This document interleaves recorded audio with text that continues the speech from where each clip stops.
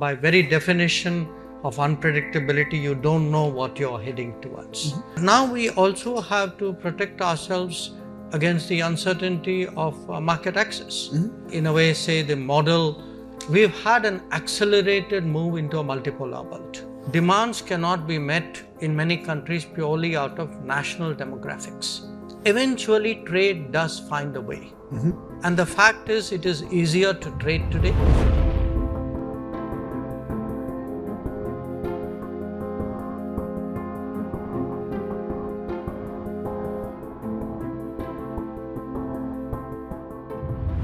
A year ago, certainly a few months ago, it was very clear that the world was moving towards much greater unpredictability, volatility, uncertainty. Use whichever word you prefer. And here's the problem.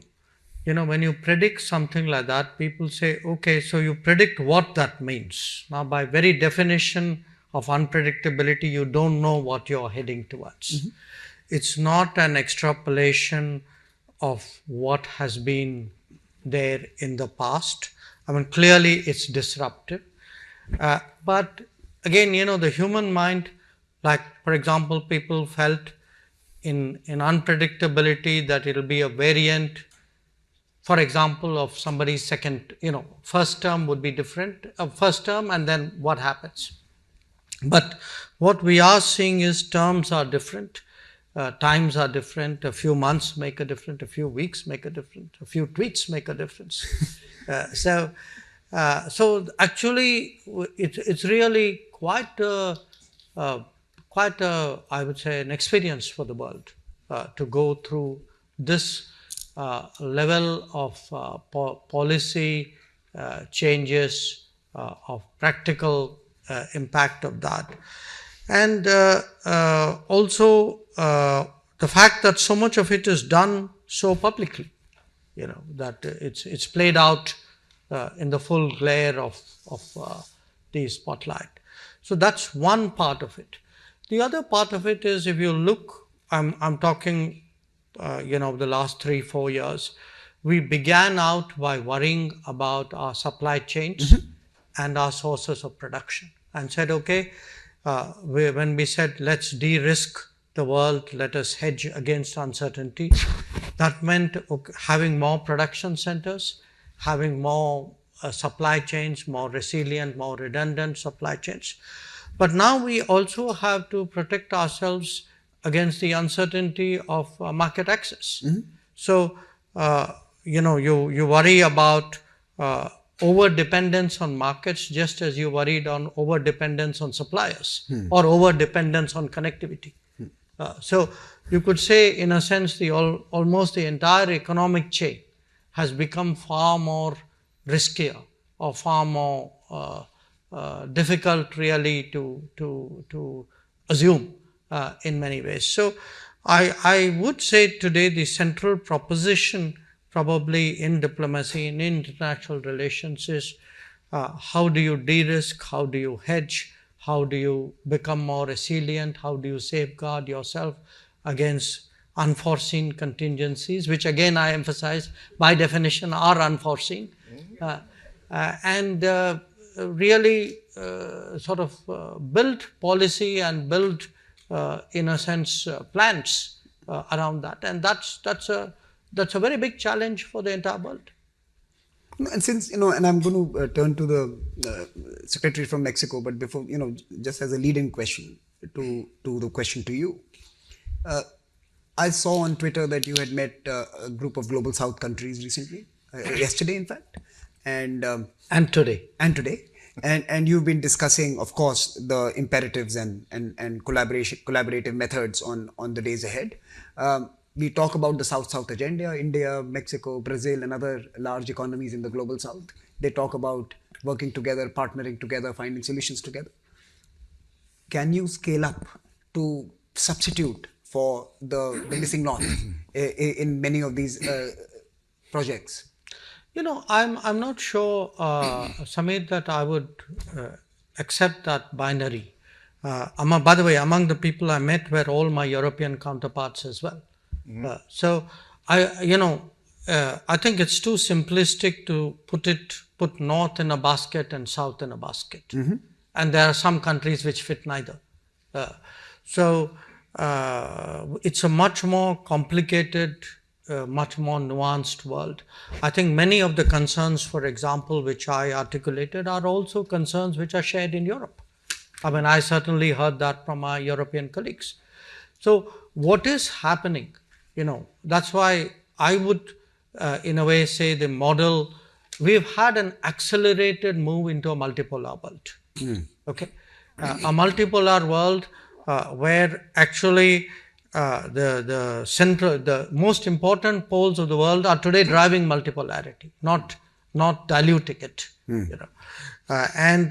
So many of these concerns, the search for new partners, more partners, bigger partners, more business, more options, it's not something which is a global South concern alone or an Indian concern alone. I think different parts of the world share it. I certainly heard it in Europe. Their interest today in moving forward with India was very palpable, and by the way, is very reciprocated by us. But it also applies, as you say, to the global South. I think a large part of our discussions are that there are many things we can do between ourselves. Maybe we have not explored that as seriously and efficiently as we should. And we could be looking at it. In fact, this is exactly what the minister and I were discussing before this panel started, between India and Mexico. So I can imagine, look, globalization won't stop. Doing business with each other won't stop. It's just different lines of different intensity and different values will now get re-engineered because of these changes. And it's that re-engineering process that we are actually going to see over a period of time. Particularly for large countries, it is important to build capacities, to be more self-reliant. That is very much the focus today in India. And because you said, you look at it from a perspective of technology, I think in many ways, Mr. Krishnan speaking before us gave some of the answers. And we speak of multipolarity as though it's something that will happen. You have to build multipolarity. And you build multipolarity by building national capacities. And when you build national capacities and have national experiences, some of it is transposable to other people who may relate to it. So, for example, if you take DPI, digital public infrastructure, there are many other societies who find the Indian model of DPI, frankly, far more absorbable and relevant and transposable than a European model or a American model of how to run a more digital life. Now, it can be big things, it can be little things. What we have seen, because you spoke again earlier about South-South cooperation, many things we've done in India. If you have something like a drinking water mission, or you have taking electricity to every home, each one of these efforts actually has scaled up capacities in India, has created businesses and companies and people in India who can take those capabilities abroad and today actually drive South-South cooperation. So you have a country like India still at $3,000 per capita income, which actually has assistance programs in almost 80 countries in the world.